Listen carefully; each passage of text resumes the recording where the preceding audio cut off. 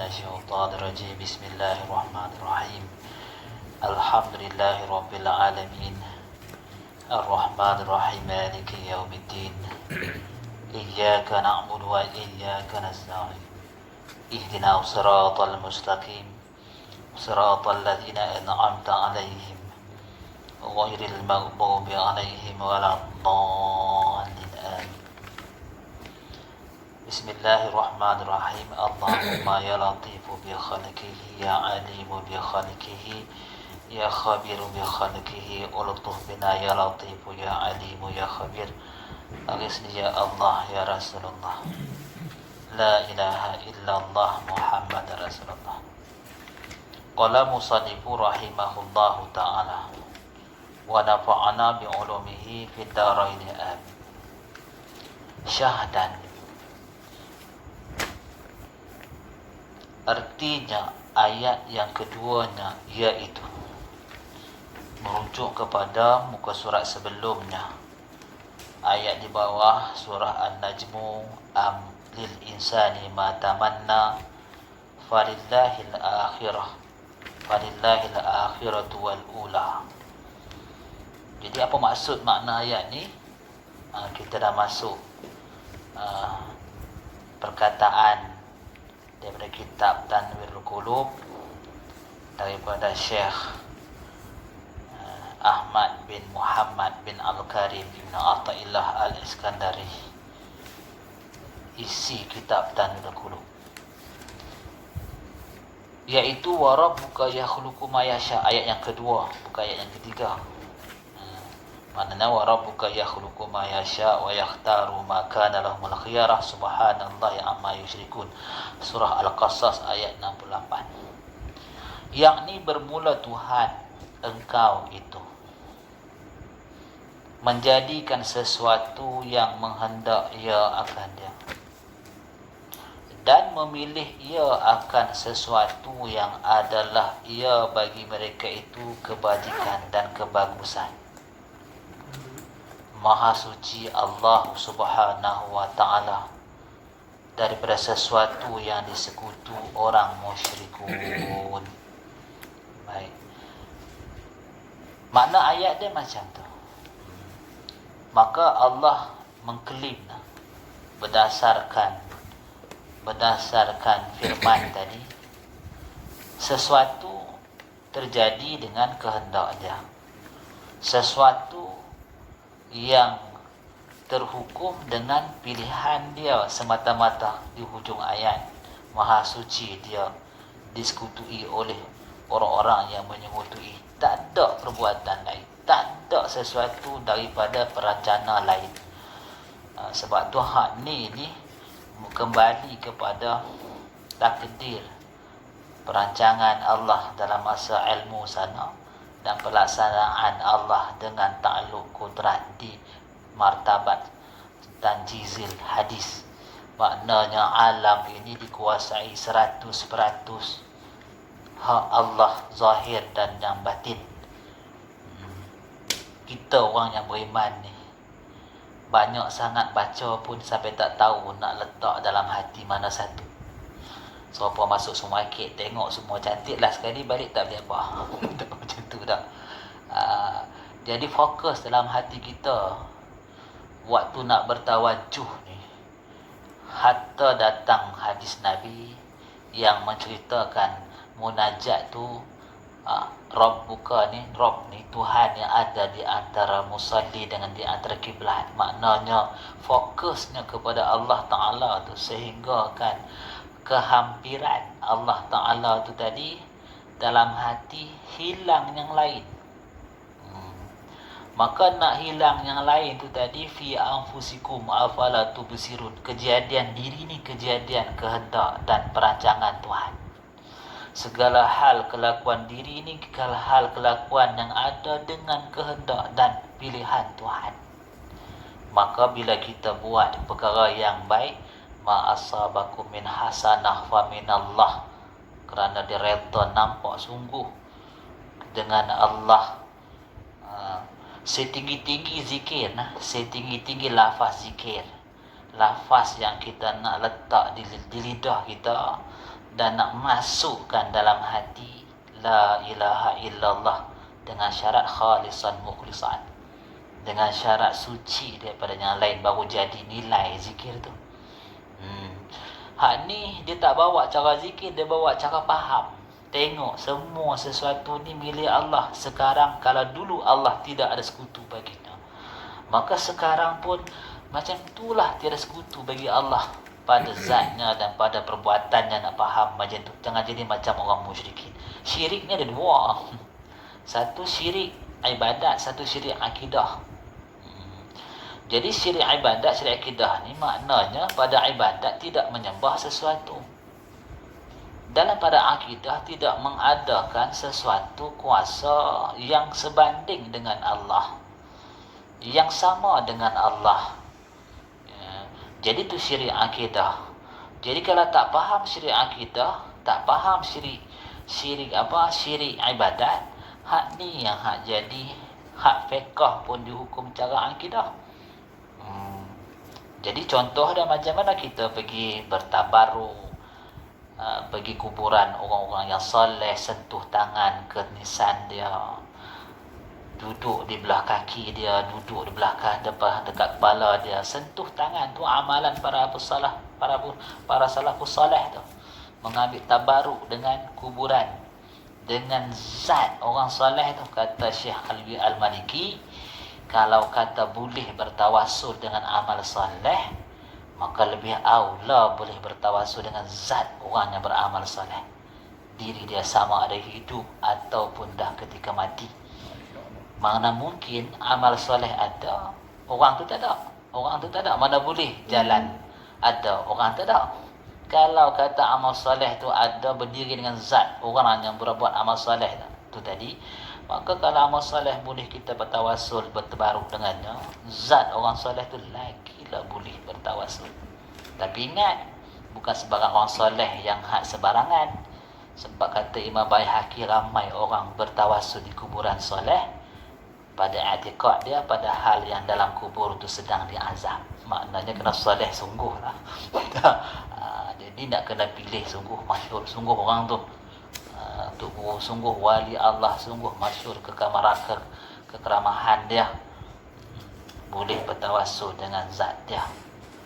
Yang ni zat ni yang had fiqh ni. Jadi kita bukan sembah zat tu, kita juga bukan mengadakan syirik dengan Allah. Dia tidak masuk dalam akidah, syirik akidah, dia tak masuk dalam syirik ibadat, dia masuk dalam fiqh. Jadi fiqh tu lain daripada akidah yang melibatkan syirik tak syirik ni. Kekeliruan tu yang timbul hari ni. Baik. Jadi balik kepada semua ni dari Allah, hati kita dengan Allah. Dan ada pun amalan orang-orang soleh, maka segi fiqh tak salah. Yang kita hadir diri kepada kuburan orang soleh tu, siapa orang yang paling taksub dengan kubur sampai duduk dengan kubur? Siapa dia agaknya? Dalam sirah lah, Sayyidatina Aisyah, kan kubur Nabi dalam rumah dia. Dia tak pernah keluar daripada rumah, duduk kat kubur Nabi, tidur kat kubur Nabi. Dia kuburiun tu. Sayyidatina Aisyah tu. Selepas Sayyidina Umar tanam di situ, baru dia keluar. Kalau dia masuk pun, masuk pakai tudung, tutup aurat, pasal ada ajnabi di situ. Sebelum tu pak dia dengan Nabi. Dia tidur di situ, duduk di situ, menginap tu. Maknanya kalau katalah duduk di kubur tu tadi menghambakan diri dengan kubur, Sayyidina Aisyah lah orang yang menyunahkan menghambakan diri ke kubur. Na'udzubillah, dia bukan menghambakan diri ke kubur. Kalau balik sejarah, baca balik hadis tu yang selepas kewafatan Nabi, selepas kewafatan Sayyidina Abu Bakar, kemudian Umar minta izin nak tanam kat situ. Sebelum tu di mana Sayyidina Aisyah duduk? Dalam rumah, dan kubur tu dalam bilik dia. Kuburiun tu Sayyidina Aisyah tu. Tak lagi tu, kalau kita nampak tu kuburiun lah. Kalau kata salah lah, lari keluar Sayyidina Aisyah tu. Duduk terus di kubur tu. Dan sunnah ke kubur pun bukan siang malam. Tak malam ni hantu banyak. Hantu banyak. Ziarah kubur tu malam. Duduk kat kubur tu, tak apa.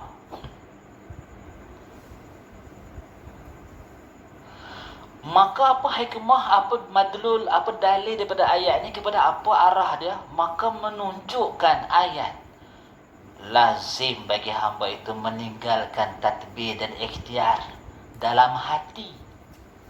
Maknanya dalam hati jangan berpegang dengan tadbir dan ikhtiar.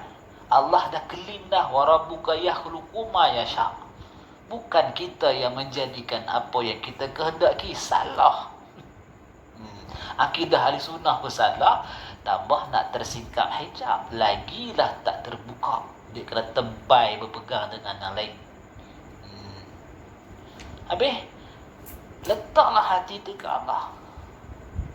Sebut nama kebesarannya, ya Hayyu ya Qayyum, la ilaha illallah sesekali, la ilaha illallah wahdahu la syarikalah, lahul mulku wa lahul hamdu yuhyi wa yumiit wa huwa ala kulli syai'in qadir. Dalam hati ni maknanya kita dengan Allah ya, seluruh makhluk. Bukan kata malaikat, seluruh makhluk bumi ni berhajat nak menolong Nabi Ibrahim. Dia kata hasbunallahu wa ni'mal wakil, ni'mal maula wa ni'mal nasir. Sebaik-baik hasbunallah, sebaik maha suci, sebaik-baik hasbunallah mencukupi. Hasbi Allah setengah riwayat hasbunallah maha suci Tuhanku, hasbunallah yang mencukupi diriku. Ni'mal maula wa ni'mal nasir. Hasbi Allah wa ni'mal wakil, ni'mal maula wa ni'mal nasir. Sebaik-baik tempat aku bergantung, ni'mal wakil, ni'mal maula, dan sebaik-baik Tuhan aku berlindung, wa ni'mal nasir, dan sebaik-baik Tuhan yang memberi pertolongan. Tak ada di dalam hati dia waktu tu. Munasabah kan Nabi Ibrahim saja cakap macam tu. Tak dibuktikan pun dia masuk dalam api tu. Nak jadi bercakap, duduk terus dengan Allah tu.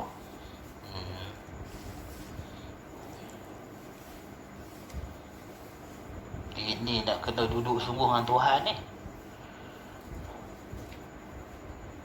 Sebab tu ada satu doa sedap kat bunyi doa tu, Allahumma ya qarib, Allahumma ya qarib, wa ya man huwa qaribun ilaina, wa ya man huwa aqrabu minna min hablil warid. Allahumma ja'alna minal muqarrabin, Allahumma ja'alna minal muqarrabin, Allahumma ja'alna minal muqarrabin. Bunyi dia apa? Allahumma ya qarib, wahai Tuhan yang maha hampir, wahai diri Tuhan yang sangat hampir daripada urat leher kami, wahai Tuhan yang hampir kepada kami, wa man huwa aqrabu ilaina min hablil warid, wahai Tuhan yang sangat hampir melebihi hampir urat leher kami. Allahumma ja'alna minal muqarrabin, ya Allah jadikanlah kami orang yang berkehampiran dengan Kau. Hati tu, nak tunjuk hati tu. Dalam hati tu jangan ada tadbir dan ikhtiar, jangan berpegang dengan tadbir ikhtiar, jangan memandang bersama-sama dengan tadbir ikhtiar Allah. Allah claim dia seorang kerana bahawasanya faham ayat ini tu katanya Ibn Athaillah ni, kalam Ibn Athaillah ni, kerana bahawasanya apabila adalah Allah Ta'ala itu menjadikan ia akan suatu yang menghendak ia akan dia. Bila Allah nak jadikan sesuatu yang dalam kehendaknya, iza arada syai'an, bila dia menghendaki sesuatu yang dalam ilmu dia, maka bahawasanya mentadbirkan ia sesuatu yang menghendak, tak kira sama ada baik atau buruk. Di kita, baik dan buruk tu di kita. Kita sakit, buruk tak bagi kita? Buruk dah kan? Sakit apa semua. Tapi baik bagi orang buat ubat. Kalau tak sakit, tutup kedai ubat tu. Jadi sakit kita itu nampak buruk, kan kita nampak buruk, tapi pada takdir Allah itu suatu kebaikan.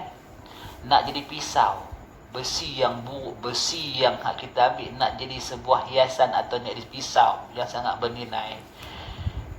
Oi, kalau tengok buatan apa Damsyik punya pisau kan, yang hadina 100,000 lapis tu, dia tempur banyak kali yuk baru jadi pisau yang bermutu.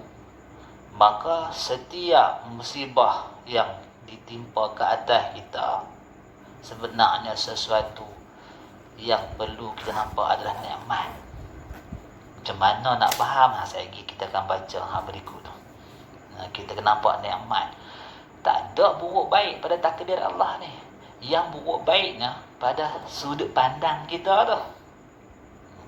Kalaulah dia tak buat orang buta, tak kenal kita orang buta lagu mana. Gitu kan. Tak kenal kita orang buta lagu mana. Maka satu petunjuk, satu pengetahuan kepada kita. Jadi dia buat orang alim. Tak semua orang alim tu warasatul anbiya. Ada yang warasatul dajjal.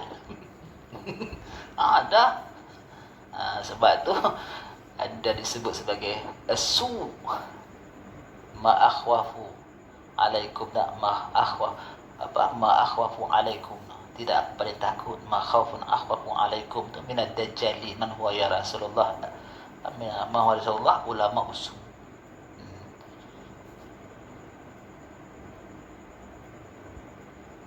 Jadi dia buat hak jahat baik tu, pertama nak melihat, nak bagi tahu kat dia, kat kita, ataupun nak menzahirkan dia Tuhan muftakir kullu ma adahu ilaih.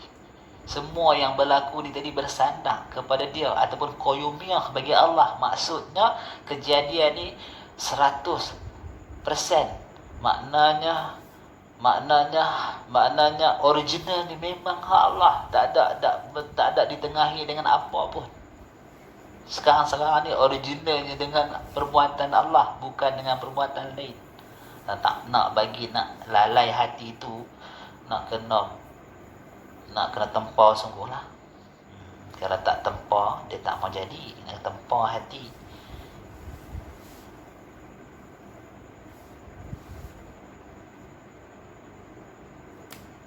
Maka bahawasanya mentadbirkan ia suatu yang menghendak, bukan yang lain. Maka seorang tiada ia menjadi bagi suatu itu, tiadalah patut baginya mentadbirkan dia. Maknanya kalau kita bukan ataupun tak ada langsung dalam hal mengatur dan mentadbir ni, maka janganlah kita berasa kita ada hun dalam tu. Hun ni memang kalimah yang agak sejarah punya kalimah. Sebab boleh wujud hun tu pasal dia tak boleh nampak. Allah saja yang hak mengatak, makhluk tak boleh atak satu hun pun. Dia tak boleh nampak. Dia kata sampai tak ada hun langsung, dia kata aku tak faham ngaji ni. Kopral, pencin, polis. Dia tinggal lagi tu. Memang pun tak ada. Seperti pada kenyangnya makan tu, tak ada hun langsung pada nasi, sama ada kuasa yang dijadikan dalamnya atau dengan sebabnya. Tak ada. Tidak dengan sebabnya, tidak dengan kuasa yang dijadikan dalamnya. Mutlak, original, direct, mubasyarah. Tanyang hak tu perbuatan Tuhan, bukan tawalat lagi dah. Kemudian usaha ikhtiar macam tu juga. Tak ada yang had daripada makhluk sikit pun. Semua daripada Allah mubasyaratan. Sama ada usaha ikhtiar itu dalam bentuk mubasyarah, macam pegang batu, ataupun tawalat yang terkeluar batu tu ke mana hasil itu pun, ataupun macam mana jari goyang, itu mubasyarah. Cincin yang bergerak di jari itu tawalat, terlahir daripada gerak jari, itu pun directly daripada Allah Ta'ala. Dia sampai lagu tu ke? Nak nampak sampai lagu tu. Tapi tak boleh nampak dah sampai lagu tu. Sekarang ni beriman je lah. Jadi bila kita tak sampai tahap tu, nampak dia, maka hati kita kabur. A'zawajahu mana apa dia dia kena, dia tersinak, dia terhijab. Dia kena tebalnya memandang awan makhluk. Awan hijab tebal sangat. Hati itu tak boleh nampak.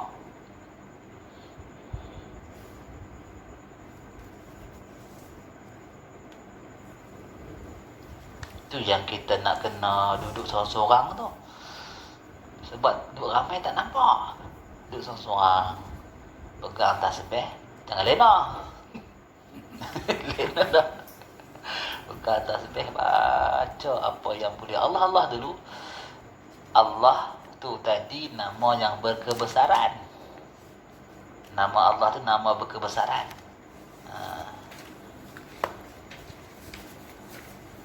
Jadi nak dapat yang terkesan ke kita ni sama ada la ilaha illallah wahdahu la syarikalah atau hasbi Allah ni'mal wakil. Allah semua ada tu. Kita gunakan Allah nak bagi hidup dulu.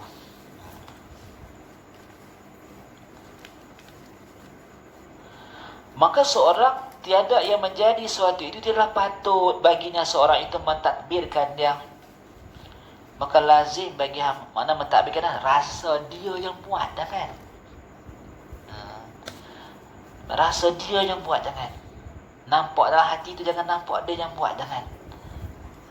Maka lazim bagi hamba itu meninggalkan tadbirnya dan ikhtiarnya. Meninggalkan dengan memandang, jangan dia buat. Jangan dia buat. Hal ni dicerita dalam kitab sehingga akan terzahir pada orang yang hati nampak semua Allah Ta'ala buat. Sekira-kiranya bila sampai di tahap syahadah hakikat, menyaksi sungguh Allah Ta'ala dalam semua kelakuan, maka dia kata sekalipun anakmu dibunuh orang, dia kata engkau tak akan menuntut bela, tak untuk balas atasnya, sebab memandang semuanya dari Allah. Sampai ke tahap tu boleh jadi.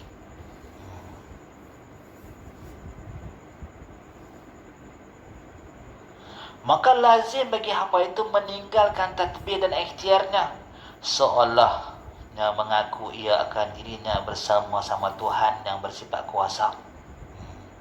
Seolahnya mengaku ia akan dirinya bersama-sama Tuhan yang bersifat kuasa. Baik. Jadi kalau dia tak boleh tinggalkan semua yang dicakap berkaitan dengan firman Allah tadi, maka dia meletakkan diri kita seolah-olah macam bersama dengan Tuhan dalam mengurus sesuatu. Besarnya buruk kita dengan Tuhan. Habis ayat yang kedua. Kemudian ayat yang ketiga baru tadi, amlil insani ma tamanna. Syahadat artinya ayat yang ketiga, iaitu maksud ayat ketiga hingga akhirnya amlil insan tadi, adakah bagi manusia itu sesuatu yang dicita-citanya? Masih ada angan-angan kah? Cita-citanya angan-angan. Jadi angan-angan ni dia pertama dia akan apa? Kesan daripada angan-angan ni. Pertama dia malas nak buat ibadat. Pasal dia berasa umur panjang. Ada masa lagi nak bertaubat kan? Dia dulu. Begitu. Angan-angan dia berasa umur dah panjang, pasal tu berangan-angan. Tulul amal ni menghasilkan rasa dia lambat mati. Antaranya kemudian dia tak ambil iktibar apa yang berlaku supaya datang insaf yang cepat. Pasal dia dah rasa dia umur panjang. Hari lain nak fikir amal tu begitu kan. Kemudian dia malas beribadat. Dan dia mengeraskan hati tentulah. Kesan daripada panjangnya angan-angan, nak lagu tu, nak buat tu, nak buat ni, nak buat tu, nak buat ni. Jadi dalam tasawuf, hak tu bala kepada hati, racun kepada hidupnya hati. Sebab tu antara mazmumah panjang angan-angan. Baik. Maka di sini dengan firman yang amlil insani ma tamanna falillahil akhiratu wal ula. Adakah bagi manusia itu sesuatu yang dicita-citanya? Maka bagi Allah Ta'ala akhirat dan dunia keduanya dia tak pernah boleh capai tanpa izin Allah. Dan dia pun dalam qabdah Tuhan semata-mata. Mana qabdah ni dalam pertimbangan Allah semata-mata. Kalau diberi, dapat. Tak beri, tak dapat. Macam tu. Mana kita tahu yang tu di dalam takdir yang mu'allak, betul tak? Takdir yang belum terjadi. Dah tu kita pula tak ada kuasa nak mengubah sebarang takdir tu. Perbuatan kita daripada zaman takdir mubram, dalam masuk terjun takdir mu'allak, tak ada langsung pun hun dengan Tuhan pada mengada mentiadakan sesuatu. Jadi tiba-tiba kita berasa selesa dengan angan-angan. Maka jauhlah kita dengan Allah pada memahami dia Tuhan yang tiada penentuan. Habis yang hak buat satu dapat ni, dapat tu dapat ni, yang tu janji Tuhan kepada yang buat. Bila janjian-janjian yang macam tu, kita berpegang dengan yang menjanji, bukan yang dijanji. Kalau kita berpegang dengan yang dijanji, kita membesak, kita terhijab dengan dia. Maksud terhijab dengan akhirat, terhijab dengan Allah, melalui jalan akhirat balik. Buat je lah dengan penuh rasa kehambaan tak, macam tu. Maka menunjuk ini ayat lazim, mesti bagi hamba itu meninggalkan tadbir ikhtiar sama bersama-sama Allah Ta'ala. 3 ayat dia datang dengan murad yang sama. Kena tinggal dalam hati, berpegang dan bergantung dengan usaha ikhtiar. Sama ada usaha ikhtiar dirinya atau usaha ikhtiar makhluk-makhluknya lain. Dia serupi ke Allah terus no. Kerana tiadalah patut bagi seorang yang tiada baginya akhirat dan dunia itu suatu milik tadbir pada keduanya. Kerana tiadalah patut bagi seorang yang tiada baginya akhirat dan dunia itu suatu milik tadbir pada keduanya. Tak ada seorang pun yang memiliki dunia sezarah dan akhirat sezarah tiba-tiba berasa nak bergantung dengan yang tak pernah milik ni. Bukan hak kita, bukan tanah kita. Lepas tu berasa esok kalau mati dapat juga kat aku setapak rumah. Hai, tak sanggup paut langsung tu. Tak ada hal anak ada kan tak? Ada hubungan darah kan tak? Kena ikut jauh lagu tu apa siapa hang berasa-berasa tak tapak rumah. Kagaklah hang ni kan. Mimpi kot. Macam tu kot kat anak dia ke menantu dia ke kot lah ada juga pun. Ni tak ada hun dah kat situ. Tak ada waris apa-apa pun. Dah kita tak ada apa milik. Kemudian kita berasa kita yang nak mengaturkan apa yang bukan milik kita. Dan dapat pula tu. Tak kenal langsung. Seolah-olah Syekh ni dia nak mengajak kita bagi sedang sikit lah. So apa kita lambat dosa kan? Kita dosa banyak. Kaedah dia senangnya. Ada sejarah dosa haram masuk syurga. Satu pula, kemudian la yaghfiru dzunuba illallah. Tiada seseorang pun boleh mengampun dosa ni kecuali Allah.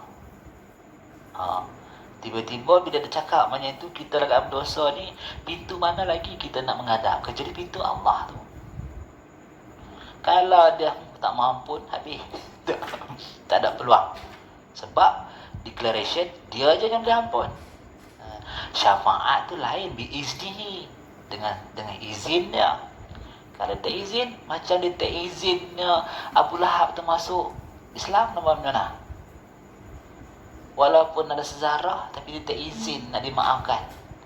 Kalau tak kalah banyak pun Allah boleh ampun, tak kasih sikit Allah tak boleh ampun, itu masalah kita sembang. Masalah dia tak mau bagi. Kesimpulannya mutlaqan, maknanya dia yang mengampun dosa, tak ada yang lain. Waktu kita astagfirullahalazim tu rasa macam mana? Hilang pergantungan dengan makhluk. Baru ada sentuhan hati tu, baru terbuka hati ke dia tu. Jadi kalau kita tak nampak hakikat yang semua ni Allah Ta'ala buat, tak tergantung hati kepada Allah. Macam tu jugalah bila kita tak nampak yang hanya bagi ampun tu Tuhan. Waktu kita bercakap tu kita lalai, tak sentuh pun di hati tu.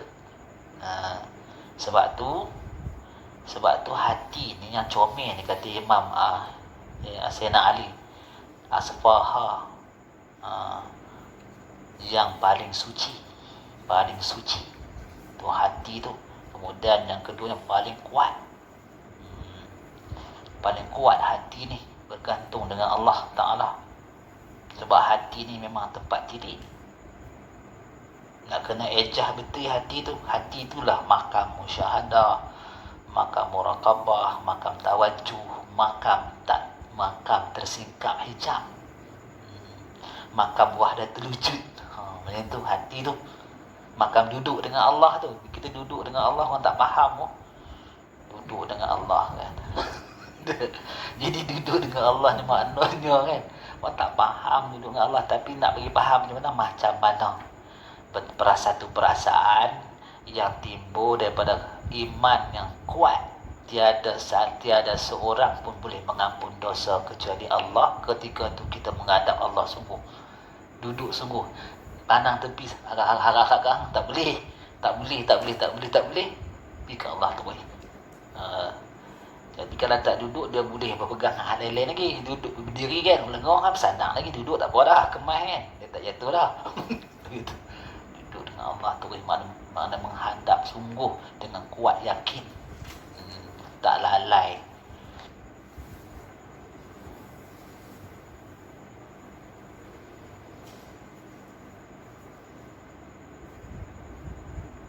Dan hanya saja seorang disuruh itu mentadbir ia suatu yang disuruhkan Tuhan yang memiliki keduanya.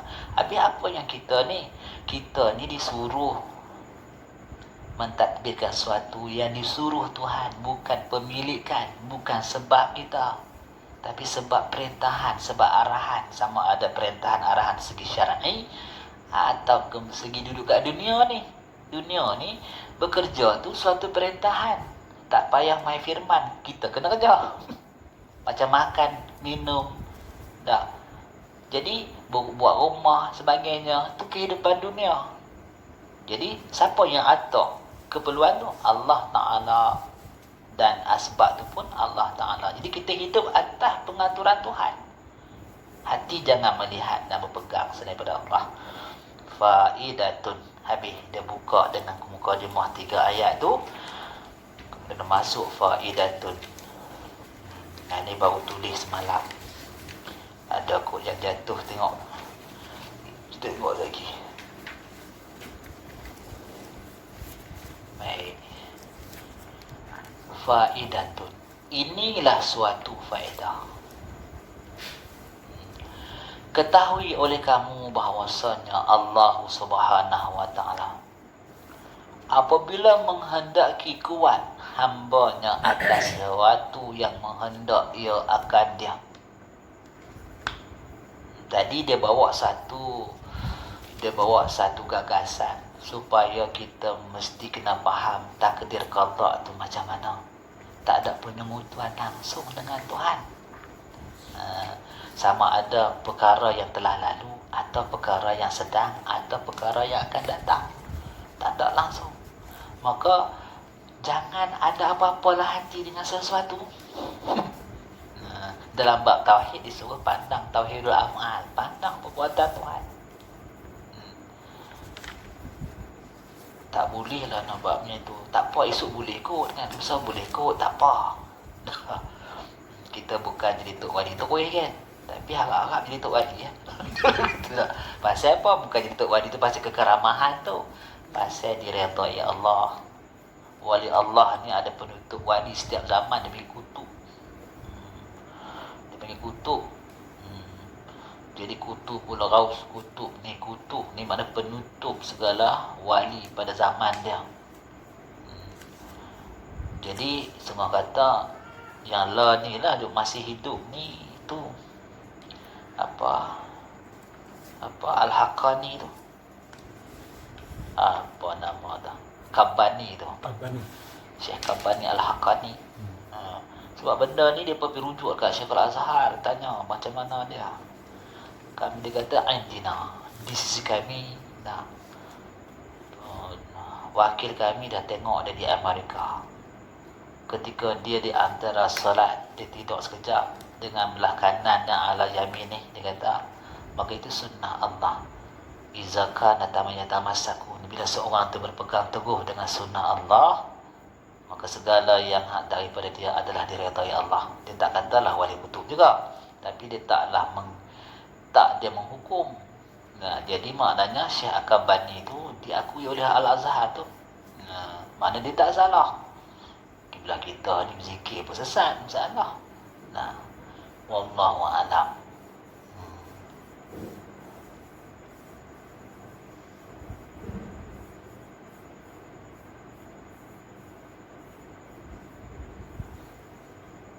Ketahui oleh kamu bahawasanya Allah Subhanahu wa ta'ala apabila menghendaki kuat hambanya atas suatu yang menghendak ia akan dia. Maknanya takdir dia lah. Bahawasanya mendatangkan ia atas hambanya daripada nurnya dan rahmatnya. Apa nur ni? Nur ni apa? Kata Ibn Arabi, an-nuru kullu yatrudu. Nur itu maksudnya apa? Tiap-tiap yang menghilangkan. Nur itu tadi kul waridin ilahin, nur yang datang daripada Tuhan, yatrudul kauna al qalbi, mengeluarkan makhluk dalam hati. Kalau nur ketuhanan tu, maka nur tu apa? Sesuatu yang kalau dah disibahkan kepada Allah, iaitu yang mengeluarkan makhluk di dalam hati, walaupun satu zarah. Bila nur tu masuk dalam hati, kata Ibn Arabi, dia tak pandang lain lagi dah. Hanya dia pandang akan Allah Subhanahu wa ta'ala. Macam mana orang yang memandang tu? Yang ni lah dia kata, orang tu tadi akan jadi wahdatul wujud, yang ada hanya Allah. Yang mencapai makam wahdatul wujud. Bagaimana pendekatannya dengan yang lain? Semua alam tiada, berdasarkan firman kullu man 'alaiha fan wa yabqa wajhu rabbika dzul jalali wal ikram. Satu lagi kata Nabi, alam ma khalallahi batil. Adakah tidak sungguh daripada Allah tak ada, daripada Allah tak ada. Nabi dia bermain-main di mulut dia waktu dia di peperangan Ahzab. Maka sahabat dengar dia kata macam itu, ala ma khalallahi batil. Adakah tidak, tak ada selain daripada Allah. Macam tu. Jadi orang yang disimbahkan oleh Allah ke dalam hati dia dengan nurnya Allah, maksudnya kata Ibn Arabi, yatrudul kauna minal qalbi, dibuang, dilontar, dikelamkan, dihilangkan, memandang dan merasai sesuatu makhluk pun tak ada, hanya Allah. Macam tu. Nur ni sebahagian ulama mentakrif sebagai apa? Nama Allah antara nur lah kan. Tapi maksud ahli tasawuf tu apa? Kiblat di mustalahat tasawuf ni merujuk Ibn Arabi. Kan kes baru ni apa? Dr. Masri kan.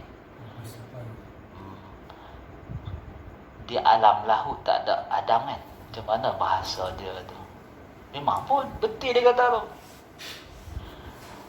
Apa ni? Autentik merujuk pada rujukan maraja autentik kepada nama-nama Allah yang diterjemah sebagai apa?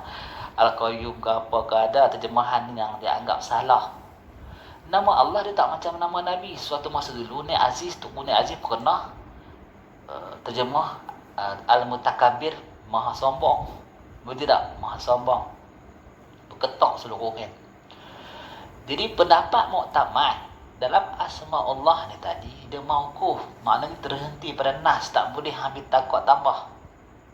Tetapi tu akwal ulama yang kuat juga, tapi tidak muktamad, mengatakan dia tidak terhenti pada yang mauquf. Kecuali nama Nabi dia mauquf, tak boleh duduk mereka. Nama Nabi kan banyak juga, antaranya Babullah, pintu Allah, nama Nabi tu. Selain daripada yang popular dalam hadis sahih yang Al-Mahi, Al-Hashir, Al-Aqib, semua tu. Jadi penterjemahan dia mengikut penterjemahan Dr. Masri ni. Saya nampak kalau dia nak nak memuasarahkan lah, nak membagi orang awam ni faham dalam situasi millennium 2020 ni kan. 2020 ni, untuk orang faham dan tidak pula mencari kemuliaan Allah dengan terjemahan yang macam tu. Itu dasar terjemahan nama Allah tu. Kalau kata dia tak ikut kaum muktamad pun tak boleh menyesatkan dia atas kerana tu. Jadi kita berujuk kat serujuk kitab-kitab ni, nampaknya terlalu berat hukuman yang dikena kepada Dr. Masri ni. Kesian dia kan, tak pasal buku dia gedegam. PAS pun tak mengaku dia apa. PAS reject dia kan. PAS reject dia. Kes ni macam apa yang buka pondok tu, yang kena tangkap ISA tu di Beruas tu, Sidik Nong. Satu masa dulu PAS reject dia pasal kena tangkap tak mau terlibat dengan pimpinan-pimpinan lain kan. Jadi tak salah mana pun, memang dia alam lahut. Hakikat dia mutlak Allah Subhanahu wa taala, tanpa ada yang lain sekalipun Adam. Martabat la ta'yun kan. Kan kita ambil martabat tu la ta'yun.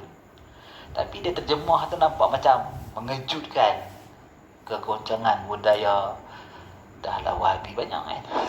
Lebih tu kan.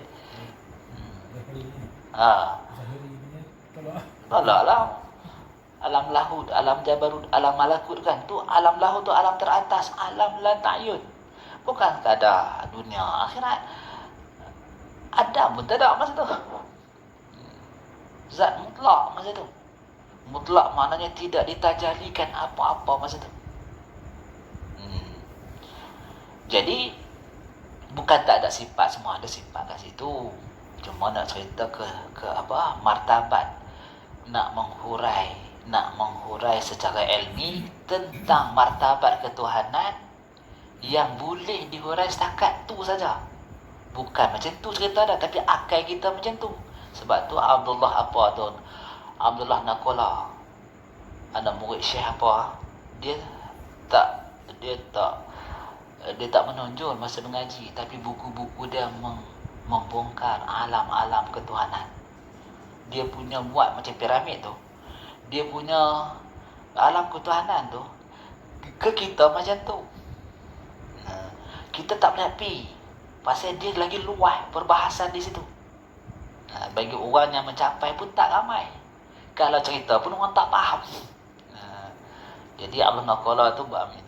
Jadi di alam melahut tu sendiri titik akal boleh dapat hakikat memahami ketuhanan dekat tu je. Bukan maknanya apa ni tak boleh bahas langsung. Dan dikala tu ditafsirkan dengan kaedah al-martabat 7, zatul itlaq, zatul bahsi, alam lahut, tak ada nyata apa-apa. Betul? Tak usah kata sebenarnya ada pun tak ada masa tu. Tapi dah dia profesor bidang bidang tu kan, bidang apa? Oi, 2 kedoktoran kan. Dia kena belah Eropah. Orang yang bangga dia ada guru dia. Ya. Tak ada salah apa salah pada orang yang tak sanggup terima. Nak layan orang tak sanggup terima ni letih dah kan. Tak makan pandai pula. Ramai orang tak makan apa rebung kan, jual juga, ada orang beli. Jadi kalau dah boleh makan tu jual, jangan racun sudah. Gitu kan. Maknanya janganlah. Saya tak tampak salah di mana pun, tak tahu lah, tak baca buku-buku. Cuma nampak segi abang hantar tu kan. Tengok tak ada salah apa pun. Kita tak ada ilmu ni lagi tu dah orang ada ilmu nampak salah tu.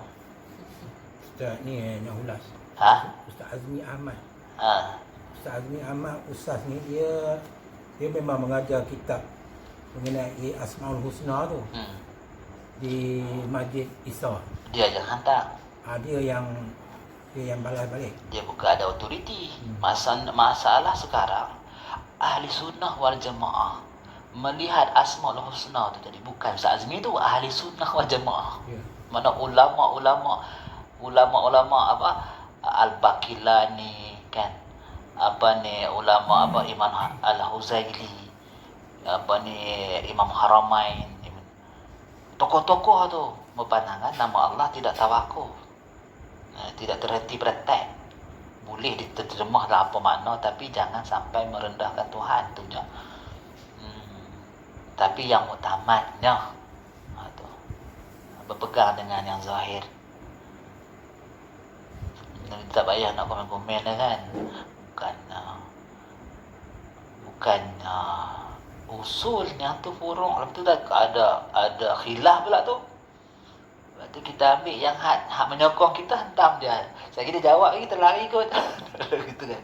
Mana boleh. Penyelesaian Masjid 9 pun dia tak tersat. Tak. Dia kata menyalahi kaedah. Kaedah muktamad. Padahal khilaf. Apa salahnya orang beku kan, Allah Maha Hidup, pening. Terjemahlah sesuai. Tak. Sibuk lagu tu kita tak panah lah tu. Kita tak mah semua tu. Letih. Lambat. Bagi orang alim jawab lah. Kita tak ada ilmu. Baik. Jadi nur tu kita jelas. Nur ni pada orang yang ahli tasawuf lain makna dia. Bukan jangan duk nampak-nampak macam cahaya lampu lah. Jangan. Nur tu memang kita terima cahaya. Sesuatu jenis ghaib. Jenis ghaib, jenis rohani. Macam apa ni, malaikat rohani yang nuri. Ruh pun nuri. Rohani yang zulmat ni macam iblis syaitan tu. Nafsu amarah tu. Nampak macam malaikat ni cahaya lagu tu kan. Jadi bila kita balik kepada diri ini, apa hakikat nur ni, nur yang khadrah ilahiyah tu, yang terudu, yang mengeluarkan al-kaun fi qalbi. Kalau dilimpahkan nur tu dalam hati,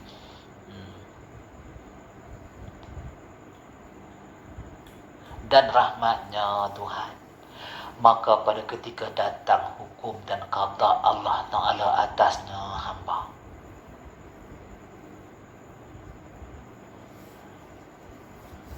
terdahulu datang beban nur dan rahmatnya, maka jadilah kuat, sabar, memikul qada dan qadar itu Allah Ta'ala.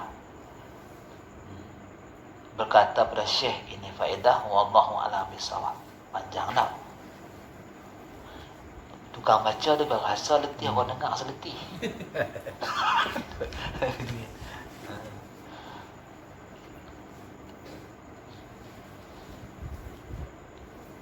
Bismillahirrahmanirrahim. Allahumma inna nas'aluka ilman nafi'a wa qalban khashi'a wa amalan salihan. Amin ya rabbal alamin.